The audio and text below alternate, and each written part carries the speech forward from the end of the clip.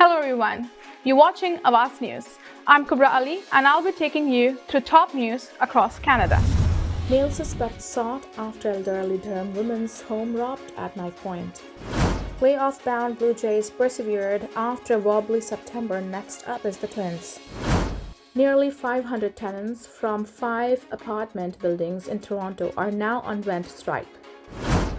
Bonnie Crombie defends near $1 million in donations, some from Ontario developers. Email. Toronto police officers charged with assault following dispute with women. Oakville man allegedly solicited funds for fake magazine. Group of drivers in their 20s charged after grinding traffic on GTA highway to halt with stunts. These were the headlines. Now let's jump right into the details. Police in Durham region are searching for suspect after an elderly woman reportedly awoke on Monday morning to an armed man in her home who proceeded to steal her vehicle. According to Durham Regional Police Service, officers responded to reports of a robbery in the area of Church and Osborne Streets in Brock Township, Ontario at approximately 2:45 a.m. Investigators allege the woman awoke to a male armed with a knife in her home. The suspect allegedly took numerous items from the home before stealing the woman's vehicle, described as a 2006 teal or green Pontiac Torrent with a license plate CRPB 471. The woman did not sustain any injuries. Police described the suspect as a tall, white man between 20 and 30 years old with a small mustache. He was reportedly wearing a black hooded sweatshirt and black pants at the time of the incident. Anyone with the information about this incident is asked to contact Brunswick North Divisional Criminal Investigations Bureau at 1-888-579-1520 extension 3754. Things looked bleak for the Toronto Blue Jays a few weeks ago when they were swept in emphatic fashion by the visiting Texas Rangers. The 4-game losing skid dropped Toronto below the wildcard cut line. That's when Blue Jays outfielder George Springer, playoff veteran and World Series champion in 2017, showed his leadership skills in the clubhouse. George came around to every single guy that was in here, telling them not to give up, to keep going, said Blue Jays reliever Jordan Romano. That meant a lot coming from him. The Blue Jays responded with victories in 7 of their next 9 games. Toronto went on to book its playoff ticket on Saturday night and will play the Minnesota Twins in a best-of-3 wildcard series starting Tuesday at Target Field. I'll keep it in-house, but I just let the guys know to keep going, Springer said. I mean, that's baseball stuff, like that's going to happen. We answered the bell and here we are. Securing a playoff berth before Sunday's season finale, a 12-8 loss to Tampa Bay in a playoff warm-up game allowed the Blue Jays to save Kevin Gausman for the Twins. He's a good bet to get starting assignment along with Chris Bassett and former Twins starter Jose Berrios. The Blue Jays will likely unveil their playoff roster Tuesday morning. Minnesota 87-75 and Toronto 89-73 split their 6 regular season meetings. Each team won twice on the road and once at home. The Twins, who won the Central Division title, will host all games against the Blue Jays. Toronto was 46-35 on the road this season and 43-38 at Rogers Centre. The winner will play the second-seeded Houston Astros in the best-of-5 American League Division Series. Toronto's last playoff win came in 2016 when the Blue Jays reached the AL Championship Series for a second straight year. The Blue Jays were swept in the wild-card round last year and in 2020. The Rays will host the Texas Rangers in the other AL Wild Card Series. The winner will face the top-seeded Baltimore Orioles.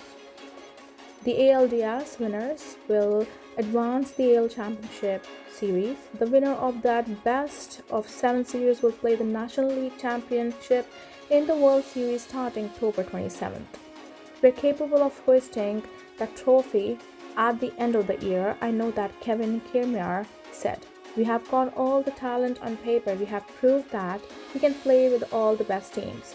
We have just got to go out there when the bright lights turn on and play our game. More than 100 tenants at two Northwest Toronto apartment buildings will go on rent strike Sunday, joining the ranks of nearly 500 residents who have been withholding payments since early summer. The tenants residing at 1440 and 1442 Lawrence Avenue West claim their landlord, Barney River Investments, have refused to address serious repairs in the building while attempting to implement above guideline rent increases. Everybody's pretty frustrated with their situation, Chiara Padwani, co-chair of the York Southwestern Tenant Union, said Sunday morning. But today they are feeling pretty confident, like a movement is growing. The tenants are scheduled to publicly announce the action at 2 p.m. at the residential complex. Awaz News reached out to Barney River Investments for a statement on Saturday in response to the tenants' claims but has not received a response. According to Padwani, the deteriorating conditions at the Northwest Toronto residences, including a serious insect infestation, have gotten to the point that Canada Post has ceased mail delivery to the residences, citing unsafe working conditions. Padwani says the building's elevators are often out of service, an accessibility concern for residents, and that the garbage chutes have not been properly maintained. While the conditions have been challenging for tenants, it was an application on their landlord's part to implement above guideline rental increases that pushed the group into action, the co-chair explained. In April, the group says they presented their landlord with a petition signed by majority of residents demanding improved maintenance, but they have yet to engage with requests. The Lawrence Avenue residents will join the ranks of hundreds of tenants from 33 King Street, 22 John Street, and 71, 75, and 79 Thorncliffe Park Drive in Toronto, who have been withholding rent payments, many since June, decrying above guideline increases and a state of disrepair in their homes. Together, the groups nears almost 500 tenants, marking the largest collective rent strike in Toronto history, Padwani said. Recently, Toronto Mayor Olivia Chow extended an invitation to both Dream Unlimited and the tenants in an effort to mediate the situation.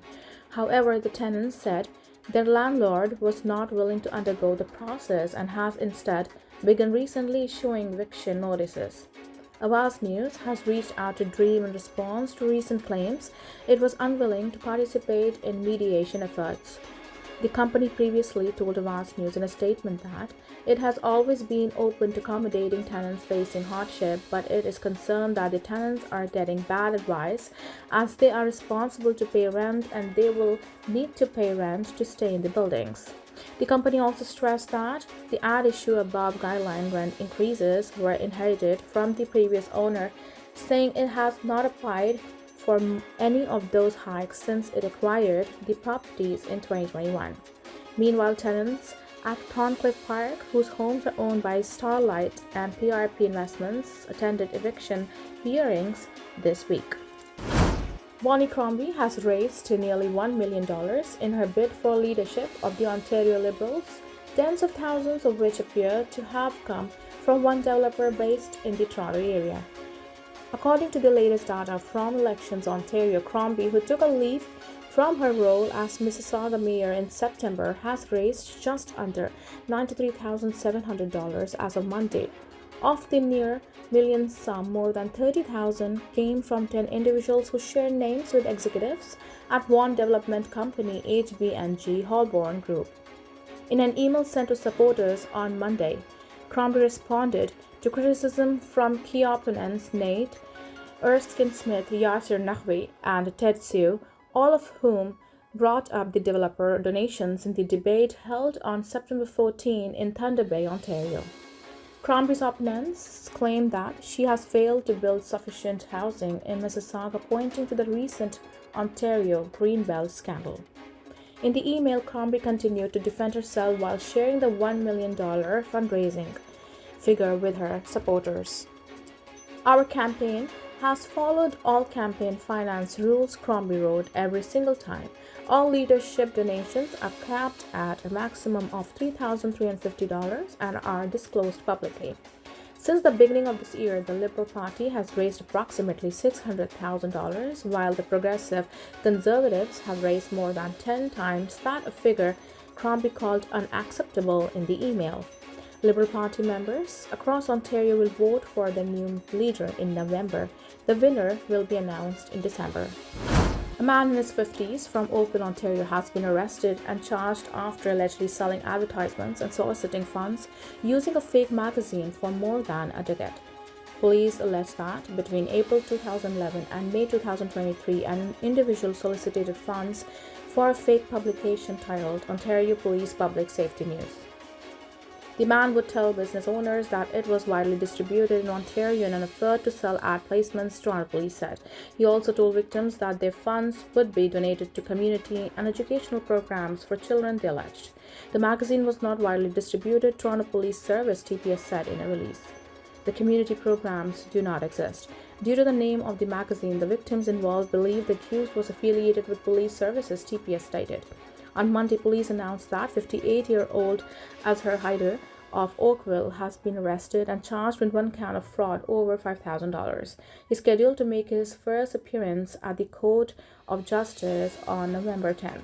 Toronto police are asking anyone who believes they may have been an alleged victim of Haider to contact them. The Force's Financial Crimes Unit is also reminding the public that police services do not solicit funds for any purpose. A Toronto police officer with 15 years of service has been arrested and charged in connection with an assault investigation. The incident happened on Sunday when a man and woman got into a dispute, during which the woman was assaulted, Toronto Police Service said in a news release. On Monday, Constable Hyung Cho, 48, was arrested and charged with assault. He's scheduled to appear in court on November 24th. Shaw, who works in a 32 division, has been suspended with pay as per the provisions of the Police Services Act. Police have laid charges on 3 drivers after traffic on Toronto area highway was brought to a halt by a group of vehicles who proceeded to perform stunt driving maneuvers. A release issued by Halton Police on Monday said the incident took place on September 21st at approximately 11 p.m. on Queen Elizabeth Way in Oakville, Ontario. Investigators allege that a group of motorcycles and cars slowed down on the highway and eventually stopped traffic near Ford Drive. They then began to perform stunt driving maneuvers, traveling at high speeds and weaving in and out of traffic, police said. Through investigation, police said they were able to identify the vehicles and drivers and subsequently placed Highway Traffic Act charges of stunt driving and careless driving on 3 22-year-old males. Each of accused was given a 30-day license suspension and had their vehicles, 2 motorcycles and 1 car impounded for 14 days, according to the release. If any member of the public witnessed this incident or has dash camera footage, they are asked to contact the HRPS District Response Unit Bulletin at 905-825-4747, extension 2391. Thank you for tuning in. I'm Kubra Ali. I'll see you back tomorrow, same time, same channel. Have a good night.